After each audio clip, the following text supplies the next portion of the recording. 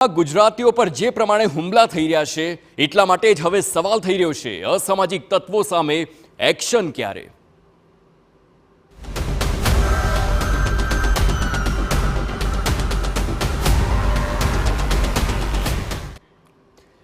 અમદાવાદમાં વસ્ત્રાલમાં અસામાજિક તત્વો સામે થયેલી કાર્યવાહીનો જે મામલો છે તે હવે હાઈકોર્ટમાં પહોંચ્યો છે। અરજદારને ડેમોલિશન અંગે તાત્કાલિક રાહત આપવા કોર્ટે ઇનકાર કર્યો છે। રાજ્ય સરકાર વતી સરકારી વકીલ GH વિર્કે કોર્ટમાં આ માહિતી આપી છે। ડીજીપીએ 100 કલાકમાં સંબંધિત ગુનાઓ સાથે સંકળાયેલા લોકોનો લિસ્ટ તૈયાર કરવાની સૂચના આપી અને અસામાજિક તત્વો સામે સરકાર કડકપણે કામગીરી કરી રહી છે તેમાં ખોટું શું છે તેમ વકીલે જણાવ્યું છે। તો આરોપીએ ઘર તોડવા મામલે થઈ રહેલી કાર્યવાહી અંગે કોર્ટમાં ફરિયાદ કરી છે।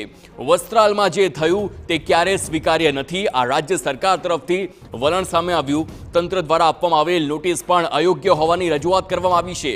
6 આરોપીઓના ઘર તોડી નાખવામાં આવ્યા હોવાની પણ અરજદારની રજૂઆત છે। અરજદાર ગુનાહિત પ્રવૃત્તિમાં જોડાયેલો હશે તો દંડ ફટકારવાનો પણ કોર્ટે તૈયારી તેની દર્શાવી છે।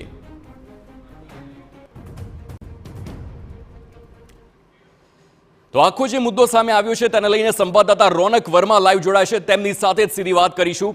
રોનક, હવે જે આખો વસ્ત્રાલનો જે મુદ્દો છે તે આખો હાઈકોર્ટમાં પહોંચ્યો અને હાઈકોર્ટમાં પણ જે ડિમોલિશન કાર્યવાહી હતી તેને લઈને પણ સવાલ થયા છે।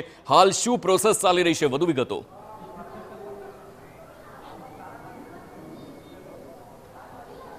जी बिल्कुल थी वस्त्रालમાં જે પ્રકારે અસામાજિક તત્વોનો આતંક સામે આવ્યો છે અને ખાસ કરીને કોર્પોરેશન દ્વારા જે કાર્યવાહી કરવામાં આવી રહી છે એ ચાહે જે આરોપીઓ સામે કાયદેસરની કાર્યવાહી કરવાની વાત હોય કે પછી જે તે લોકો રહે છે તે ગેરકાયદેસર વસવાટની વાત હોય, જે પ્રકારે જે એક આરોપી છે તેના દાદા તરફથી ગુજરાત હાઈકોર્ટમાં જે દાદ માંગતી અને અર્જન્ટ સર્ક્યુલેશનની માંગ કરતી એક અરજી છે તે કરવામાં આવી હતી। ત્યારબાદ જ્યારે સુનાવણી શરૂ થઈ ત્યારે જ ગુજરાત હાઈકોર્ટ તરફથી સ્પષ્ટ નારાજગી છે તે વ્યક્ત કરવામાં આવી હતી, કેમ કે જે મુદ્દો હતો તે અલગ હતો પરંતુ વાત કંઈક અલગ રીતે રજૂઆત કરવામાં આવી હતી। તો બીજી તરફ રાજ્ય સરકાર વતી જે સરકારી વકીલ છે ગુરુશરણ વિર્ક તેમના તરફથી પણ સ્પષ્ટપણે કહેવામાં આવ્યું હતું કે ગુજરાતમાં કાયદો અને વ્યવસ્થાની સ્થિતિ ચોક્કસથી જળવાઈ રહે તેનું સંપૂર્ણ જવાબદારી છે તે સરકારની છે અને સરકાર આના માટે કોઈ પણ જે તૈયારી છે તે દર્શાવી શકે છે। બીજી તરફ જે પ્રકારે 10 ગુનાઓ જે આરોપી પર નોંધાયેલા હોય, ગુનેગારો હોય તેમના વિરુદ્ધ કડકમાં કડક કાર્યવાહી છે તે આજે પણ થતી રહેશે તે પ્રકારે રાજ્ય સરકાર વતી જે GH વિર્ક છે તેમના દ્વારા ખાતરી છે તે આપવામાં આવી હતી। બીજી તરફ જે અરજી કરવામાં આવી હતી અને તેમાં જે દાદ માંગવામાં આવી હતી તેને લઈને ગુજરાત હાઈકોર્ટ દ્વારા સ્પષ્ટ નારાજગી છે તે પણ વ્યક્ત કરવામાં આવી હતી।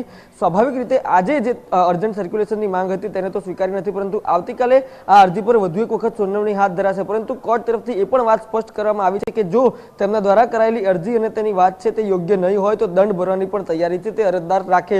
પરંતુ જે પ્રકારે ડીજીપી દ્વારા જે આદેશ આપવામાં આવ્યા છે જે એ 100 કલાકની અંદર ગુનેગારોનું લિસ્ટ તૈયાર કરવાની વાત હોય કે પછી અન્ય તમામ વાતો હોય, રાજ્ય સરકાર તરફથી સ્પષ્ટપણે કાયદો અને વ્યવસ્થાની સ્થિતિ જાળવી રાખવાની ખાતરી છે તે ગુજરાત હાઈકોર્ટમાં આપવામાં આવી છે।